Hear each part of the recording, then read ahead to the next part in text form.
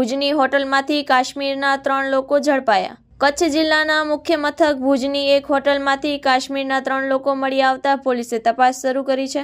પશ્ચિમ કચ્છ એસઓજી પોલીસે ભુજની એક હોટલમાં તપાસ હાથ ધરતા આ મામલો સામે આવ્યો હતો। હોટલમાં જમ્મુ કાશ્મીરના એક વ્યક્તિના નામે રૂમ બુકિંગ કરવામાં આવ્યું હતું, પરંતુ તપાસ દરમિયાન રૂમમાં એક મહિલા સહિત 3 શખ્સો રોકાયેલા હોવાનું બહાર આવ્યું। પોલીસે તાત્કાલિક 3 વ્યક્તિઓને પૂછપરછ માટે કસ્ટડીમાં લઈ તેમની ઓળખ અને હેતુની તપાસ શરૂ કરી છે।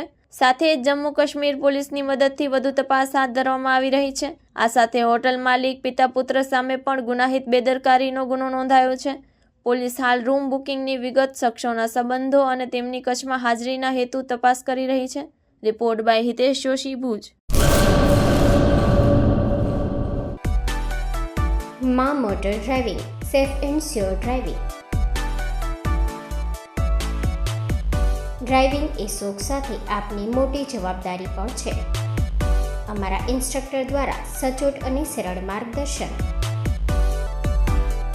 આપની રોજની તાલીમની માહિતી મેળવીને શું અધુરાશ છે એના ઉપર પૂરું ફોકસ કરાય છે।